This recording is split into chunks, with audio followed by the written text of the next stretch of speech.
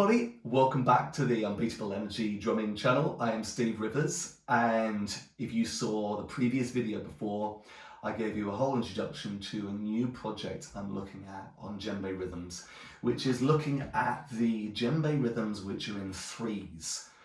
12/8, 6/8, whatever you want to call it, or call it ternary. It is the djembe ternary, the classic rhythms you'd find associated with the ternary rhythm arrangements in djembe music. And in the first video, the intro video, I talked about these two pathways because that's been something really important to help me navigate into this pretty immense world of all these rhythms. And these are very much defined by the type of feeling that we are applying to this music. So the first one we're going to be looking at is first of all, the first part of this project, the part one, is what I'm calling the Soli pathway, the Soli-rapide pathway, which has this particular kind of swing to it. But I'm going to go very, very basic, and we're going to look at the first pattern, the most used pattern, which is in both of the pathways, in the Soli-rapide, and the one we're going to look at a little bit later on, which is the Soko pathway. And it is this. It's basically the rhythm which goes 1, 2, 3, 1, 2, 3. Kanki Ta, Kanki Ta, Kanki Ta, Kanki Ta, Kanki Ta, Kanki Ta. All right, and here is how it goes.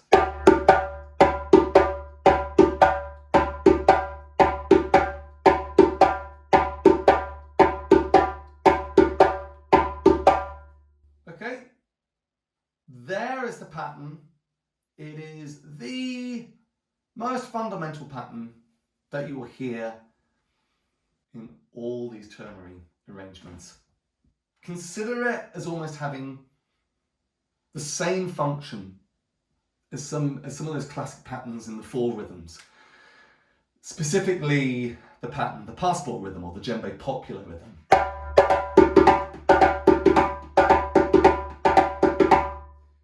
A pattern like that is used in 4/4. We consider it almost the glue is creating the pulse while other more syncopated things come in. Well, in the ternary realm, the da-di-da, da-di-da, da-di-da, da-di-da is doing the same thing. It is the glue. It is maintaining the pulse throughout the music. You will hear this pattern in the path of the Soli-rapide. You will hear this pattern in the path of the Soko kind of pathway. But there is slight little difference, as I say, about the feeling in it. But we can look at that later on. Now, if you are an absolute beginner, I was playing those with slaps and tones. It basically went slap, tone, slap. And the coordination was this.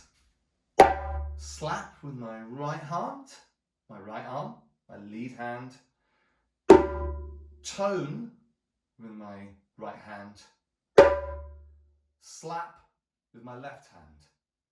A rather terrible slap. Slightly better.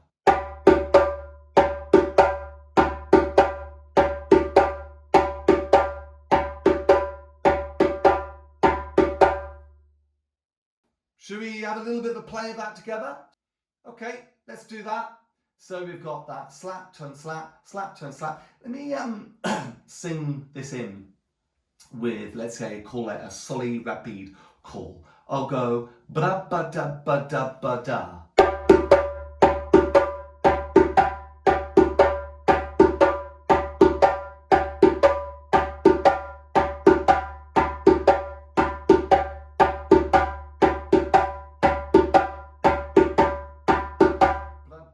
Da, da, da, da. Okay, do you want some silly words?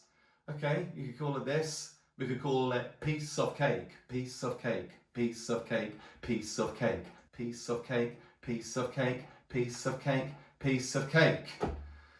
Reminds me of a funny story I had once when I was in an infant school. And I was teaching this rhythm. I wouldn't teach him this rhythm now, but I was teaching this rhythm. Do you know what I did? I had one group one side, and I decided they were going to say piece of cake. And then I had the other group and they were going to answer them back, but they were just going to say piece of. Now, if you say those two words, piece of, repeatedly after a while, oh, a little bit dangerous actually with infants. It starts to sound like something a little bit offensive. And you know what? People started laughing and I started laughing, but funny that no one really explained what was so funny. A little bit dangerous it was, wasn't it? In an infant school, didn't do that again. Anyway, let's go back. Little funny anecdote. So, yeah, if you want to, piece of cake, piece of cake. Shall I go authentic just to keep the serious ones happy? Kanki Ta, Kanki Ta, Kanki Ta, Kanki Ta. Okay, so there we go. That is really, it's the easy one. Now I'm going to go a little bit harder now. And we're going to apply something else. We're going to go back to some grace notes. Because the first intro video I did, I talked an awful lot about swing. And I'm sorry if I meandered a little bit. But let's find that swing. So when we talked about that swing, we, for Soli-feel, we had it, the spaces in between the first and the second was a short space. The space between the second and the third was a medium space. And the space between the third and going back to the first beat of the next round would be the long space. Okay?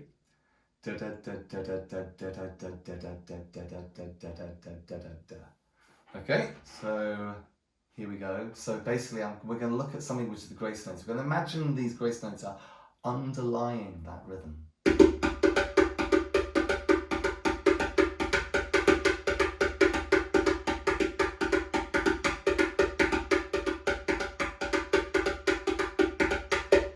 Now, I could, if we want to play with swing, we can kind of think about how much we're doing it. We could almost have it like a dial.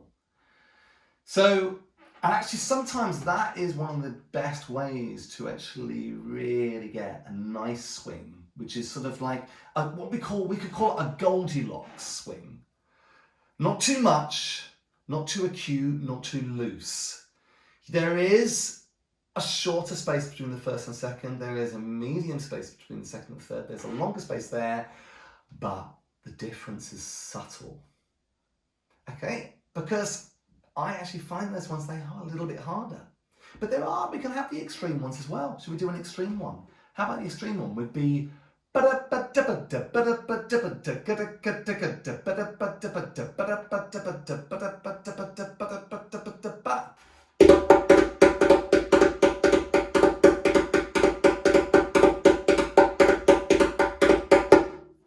be really extreme. If I smooth it out, I mean, if you take it there, it's almost good to actually almost take it to the extreme. And if you want to get it more smoothed out, you take it from that extreme and then you go from that dial and loosen it a bit.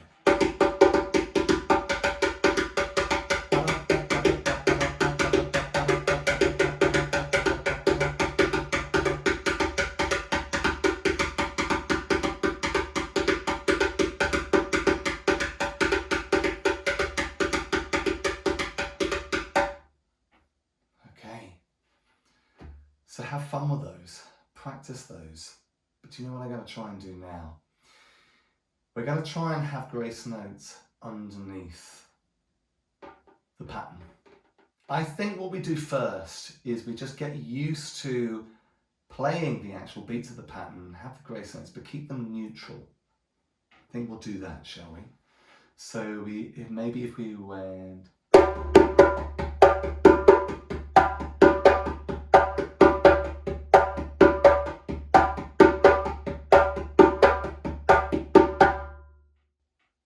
Go even a bit slower than that.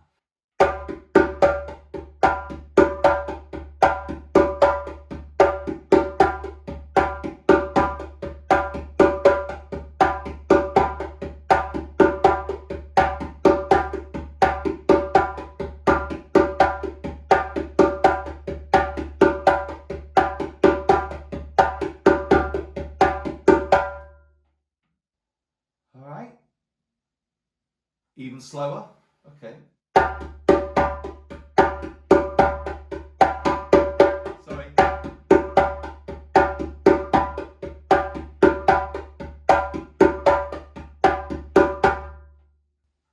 Okay. That's just to get used to it, get that kind of that motion into some kind of a motor memory. It's not got the swing there yet. And look, you know, beginners, first timers, don't worry too much about it. Remember, this is, you know, on all levels one. I'm giving something really, really straight at the beginning. Some beginners, those who want to go a little bit further, have a dabble, you can. And if it comes too hard, you go back a bit, take a step back, take a step forward. I was so intimidated by swing when I went to some hardcore workshops at some stage with some hardcore teachers. There's some teachers I know that had a little bit of the, we call it, the whiplash culture in their kind of style of teaching. They really broke me at that time, guys. Do you know that? They really did. They really, really broke me. And so you just got to bear in mind, you haven't got to, you know, don't let that whiplash culture bog you down. Okay?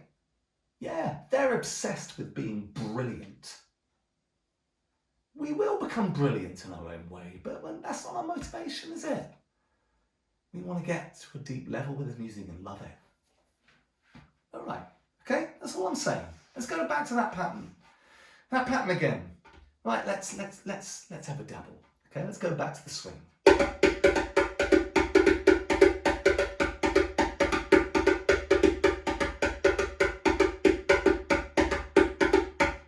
I'm going to slow it down.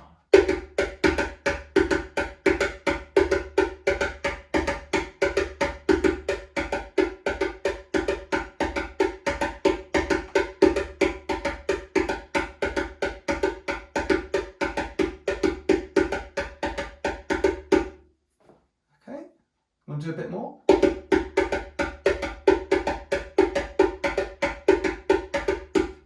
Should we pinch it a bit more?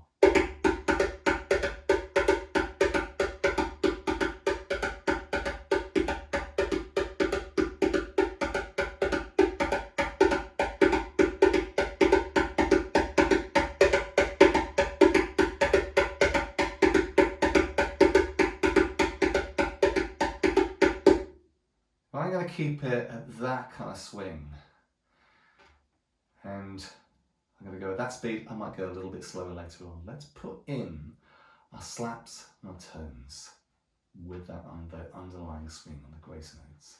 Let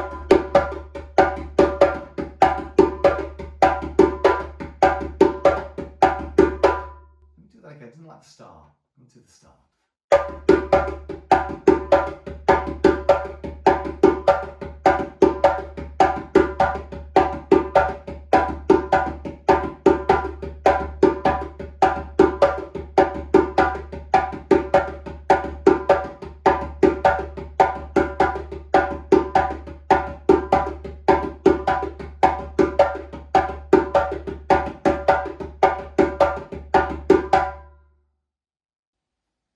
Now, I don't know about you, but when I'm playing that, I mean, does it sound absolutely identical to when I first started in this video? If I had, does it sound, let me, because, you know, I think it does. It feels really different. There's just something, just a little bit more jerky about it with swing there. So if I mean, let's do it with the beats. But let's just smooth them out so they're equal, they're really flat. Let's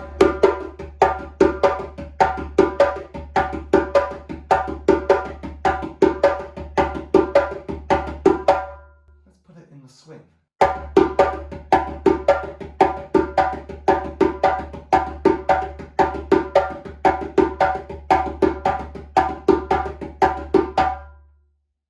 Well, I think it does. It's just that it's kind of like, it's subtle. Right, should we go slow with that? Should we really slow it down? So how about, it's more maybe at this beat, with the swing.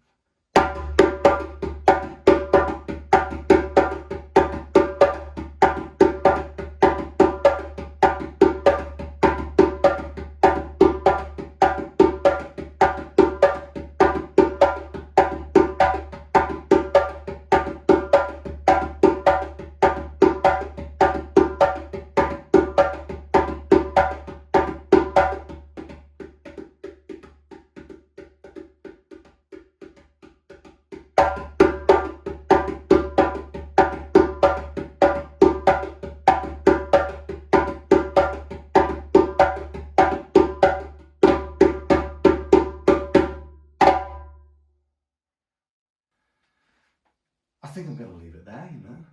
think I'm going to leave it there. It's about playing with it a little bit. It's not a difficult pattern, and it's the first one to start with. And you haven't got to worry too much about that swing there, but I want to have it in there because I do like to almost sort of have at some part of this video think about the feeling and think about the way we can incorporate the feeling in all the patterns. It's an option that you can have there. But again, have a play on your own. And in the workshop, look, don't worry about it too much. Just drop it. You are with everybody else. You're riding the same rhythm together. You haven't got to get too tied up, right? Just we're lightly looking the feeling element with this music. And the other thing is also, just to let you know this, is that I often start then wondering, okay, if the feeling in this music is really important, is anything that, say, a master player plays, are their solo phrases always, like defined by that set swing that they've they've got in the rhythm? And might not necessarily be the case, but sometimes when they do some of their solo phrases, you really do hear it. There are some beautiful solo phrases in Soli-feel, where you kind of hear the pinch in that short space. It's often when you get rolls, and it's the way they kind of get the rolls sort of finishes at the end. I'm just going to allude to it. So you must sometimes have a sort of like a